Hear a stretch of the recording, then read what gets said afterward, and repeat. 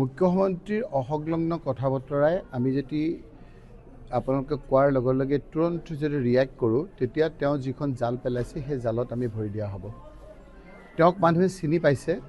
এই কথাবিলাক গোটেইবিলাক তেওঁ কৈ আছে জুবিন গাৰ্গক যাতে মানুহে পাহৰি যায়। মানুহে জুবিন গাৰ্গৰ হত্যাৰ বিচাৰ লাগে কওঁতে জুবিন গাৰ্গক চাবলৈ অহা জুবিন গাৰ্গৰ সমাধিস্থলী যাক জুবিন ক্ষেত্ৰ বুলি এতিয়া সকলোৱে জানে য'ত তীৰ্থস্থানত পৰিণত হৈছে সেই জুবিন গাৰ্গৰ তীৰ্থস্থানত অহা মানুহকো তেওঁ বাধা দিছে। যিজন লোকৰ মানসিকতা সেই ধৰণৰ যি জুবিন গাৰ্গৰ হত্যাৰ পিছত গোটেই অসমখনে কান্দি উঠিছিল বিনাইছিল সেই সময়ত মুখ্যমন্ত্ৰী ডাঙৰীয়াৰ এই ধৰণৰ কথা বতৰাত অসমৰ মানুহে চিনি পাইছে। এইবিলাক সময়ৰ কাৰণে মানুহে বাট চাই আছে। মুখ্যমন্ত্ৰী ডাঙৰীয়াই আজি তেওঁৰ পাৰদৰ্শিতাৰ কথা ক'ব লাগিছিল।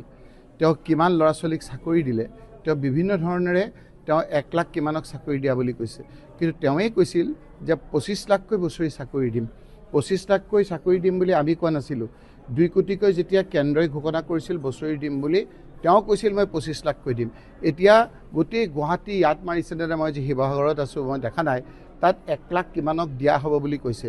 আমাৰ প্ৰশ্ন যে এই 1,56,000 নে কিমান যে দিম বুলি কৈছে সেইবিলাক নতুন চাকৰি নে পুৰণা কিবা চাকৰিবিলাক যে অৱসৰ হয়, অৱসৰ হৈ পেলাই খালী ঠাইবোৰ সেইবিলাক দিছে বা কৰি থকা কামবিলাকে ৰেগুলাৰাইজ কৰিছে নে নতুন নিযুক্তি হৈছে নে তেওঁ 25 লাখৰ পৰা কিমান দিছে। সেই কথাবিলাকৰ যেতিয়া প্ৰশ্ন উঠে তেতিয়া তেওঁ এই ধৰণৰ কথা বতৰা কৈ তেওঁ ফালৰি কাটে। তেওঁৱেই বিভিন্ন ক্ষেত্ৰত যেতিয়া কংগ্ৰেছত আছিল এই কথা বতৰা যিবিলাক কৈছিল সেই কথাবিলাকৰ তেওঁলোকে আগভাগ লৈছিল, গুৰি ধৰিছিল। তেওঁৱেই সেই সময়ত মাদ্ৰাছা শিক্ষা প্ৰৱৰ্তন হ'ব লাগে বুলি আপোনাৰ যুক্তি দঢ়াইছিল। তেওঁৱেই কৈছিল যে মাদ্ৰাছা শিক্ষা এনেকুৱা এটা শিক্ষা যি শিক্ষা এটা আধ্যাত্মিক শিক্ষা। মই মুখ্যমন্ত্ৰী তৰুণ গগৈ ডাঙৰীয়াক ক'ম যে মাদ্ৰাছা শিক্ষা সম্প্ৰসাৰণ কৰিবৰ কাৰণে যদি গুৱাহাটীত মাটি দিয়ে মাদ্ৰাছা বনাই দিয়াৰ দায়িত্ব মোৰ, সেইটো তেওঁৰ কথা আছিল। আজি সেই মানুহজনে কেৱল ক্ষমতাৰ আলসাত কিদৰে আপোনাৰ ইফাল সিফাল কৰিছে সেই কথাবিলাক জানে। কিন্তু উজনিত এটা কথা মই দেখিছোঁ, উজনি মানুহবিলাকৰ এটা খুব এটা আছে, তেওঁলোকে যেন ইলেকশ্যনটো ডিক্লেয়াৰ কৰালে বাট চাই আছে। কাৰণ তেওঁলোকৰ এজন লোক কংগ্ৰেছৰ নহয় জনজাতিৰ লোকসকলক এজনক মুখ্যমন্ত্ৰী হ'ব বুলি যোৱাবাৰ ৰায় দিছিল, এইবাৰ নহয়। কিন্তু তেওঁ চল চাতুৰিৰে তেওঁ আপোনাৰ মুখ্যমন্ত্ৰী হ'ল। এতিয়াও 6 জনগোষ্ঠীক তেওঁ নিদিয়ে, 6 জনগোষ্ঠীক তেওঁ জনজাতি ইলেকশ্যনৰ আগত নিদিয়ে। কেইটামান মানুহক তেওঁ অকণমান হাত কৰি লৈ কেইটামান দিন এই ধৰণে কৈছে। সাধাৰণ 6 জনগোষ্ঠীৰ লোকে বুজিছে যে জনজাতি দিয়াৰ লগে লগে 51% জনজাতি হ'ব। সংবিধান সংশোধন কৰিলে 51% মানুহ যদি আপোনাৰ জনজাতি হয় তেতিয়া অসমৰ সৰ্বাধিক মানুহ যদি যিটো কমিউনিটিৰ পৰা হ'ব নেচাৰেলি যি দলেই ক্ষমতা পায় সেই দলৰ আপোনাৰ মুখ্যমন্ত্ৰী হ'ব।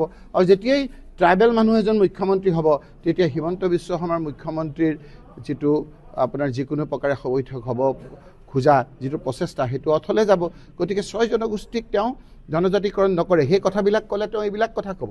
আকৌ তেওঁ যদি আপুনি সুধিব যে 350 টকা তোমালোকে সেই সময়ত টি গাৰ্ডেনৰ হাজিৰা দিয়াৰ কথা কৈছিলে, আজি কিমান দিলে সেই কথাবিলাক তেওঁ নকয়। সেইবিলাক কথাত ক'লে এইবিলাক কথা ক'ব। তেওঁলোকেহে কৈছিল, আমিতো কোৱা নাই। এই কমিটমেণ্টবিলাক তেওঁলোকৰহে আছিল। তেওঁলোকে সেই কমিটমেণ্টবিলাক কিমান পূৰা কৰিলে আজি সুধিব খুজিছোঁ যে 19জন টি কমিউনিটিৰ MLA থাকে, মন্ত্ৰী থাকে। আজি হিমন্ত বিশ্ব শৰ্মা হোৱাৰ পিছত কেইজন আপোনাৰ তেওঁ মন্ত্ৰী লৈছে, কেইজন টি গাৰ্ডেনৰ বিধায়ক আছে, বিধায়িকা আছে। এই কথাবিলাক কিন্তু টি গাৰ্ডেনৰ মানুহবিলাকৰ বিশেষকৈ আশা যিসকল উঠি অহা প্ৰজন্ম আছে তেওঁলোকে কিন্তু বিচাৰি ফুৰিছে যে আমাৰ ক'ৰবাত পলিটিকেল প্ৰতিনিধি কম হৈ গৈছে নেকি। বঙালী হিন্দু মানুহসকলে কিমান ভোট দিছে বিজেপিক, কংগ্ৰেছক নিদিলে, কিমান আশা দিছিল। আজি দিছপুৰত ব্ৰহ্মপুত্ৰ ভেলীৰ বঙালী হিন্দু মানুহখিনিয়ে মন্ত্ৰীৰ ঘৰ এটাত বহিবলৈ তেওঁলোকৰ ঠাই নাই। কাৰণ তেওঁ এজনো মন্ত্ৰী হিমন্ত বিশ্ব শৰ্মাৰ মন্ত্ৰী ধৰ্মত নাই, বঙালী হিন্দু মন্ত্ৰী নাই। আৰু বঙালী হিন্দু মন্ত্ৰী মই মোৰ আমাৰ তৰুণ গগৈ ডাঙৰীয়াৰ দিনত মই মনত পেলাই দিছোঁ 4জনকৈ আছিল। ডক্টৰ অৰ্ধেন্দু কুমাৰ দে, গৌতম ৰয়, গিৰীন্দ্ৰ মল্লিক, চন্দন চৰকাৰ। গতিকে সকলো কমিউনিটিৰ আজি মতবিলাক বেয়া। আজি কোচ ৰাজবংশী লোকসকলক আপোনালোকে দেখিছে, তেওঁলোকে আপোনাৰ আন্দোলন কৰিছিল, ৰাজপথত নামিছিল, গুৰুলকৈ মাৰিলে। মাৰাৰ পিছত তেওঁ যেতিয়া দেখিলে যে অলপ কথাটো বেয়া হৈছে SP ট্ৰেন্সফাৰ কৰিছে। SP ট্ৰেন্সফাৰ নহয় ন, গৃহমন্ত্ৰীক ট্ৰেন্সফাৰ কৰিব লাগে। মুখ্যমন্ত্ৰী ডাঙৰীয়াই গৃহমন্ত্ৰীৰ দায়িত্বত আছে, গৃহমন্ত্ৰীক ট্ৰান্সফাৰ কিয় নকৰিলে? গতিকে এই কথাবিলাক যেতিয়া কওঁ, বাৰে বাং কৰা কথাৰে তেওঁ গোটেইখন এটা প্ৰদূষিত পৰিৱেশ সৃষ্টি কৰিব খোজে। গাঁৱত আহিলে গম পাব যে তেওঁ কৈ থকা কথাবিলাকৰ কাৰণে কেৱল পুলিচৰ ওপৰত নিৰ্ভৰশীল হিমন্ত বিশ্ব শৰ্মা ডাঙৰীয়াক কোনদিনা ইলেকশ্যন ডিক্লেয়াৰ কৰে সেই কথালৈ ৰখি আছে। এই পুলিচ বাহিনী ন্যূনতম 0.1% বাহিৰে বাকী যিসকল নিষ্ঠাৱান লোক আছে তেওঁলোকে ভাবিছে আৰু টেটু চেপি ধৰিছে আমি নোৱাৰা হৈ গৈছোঁ, কিমান আৰু এনেধৰণৰ সহ্য আৰু ধৈৰ্য ধৰিম, ইলেকশ্যন ডিক্লেয়াৰ কৰক, তাৰপিছত আমি এই হিমন্ত বিশ্ব শৰ্মাৰ যি ধৰণৰ আপোনাৰ অসাংবিধানিক যি ধৰণৰ কথা বতৰা সেইবিলাকক আমি প্ৰশ্ন। যিকোনো খবৰৰ বাবে যোগাযোগ কৰক আমাৰ এই নম্বৰত 9181 307 2221।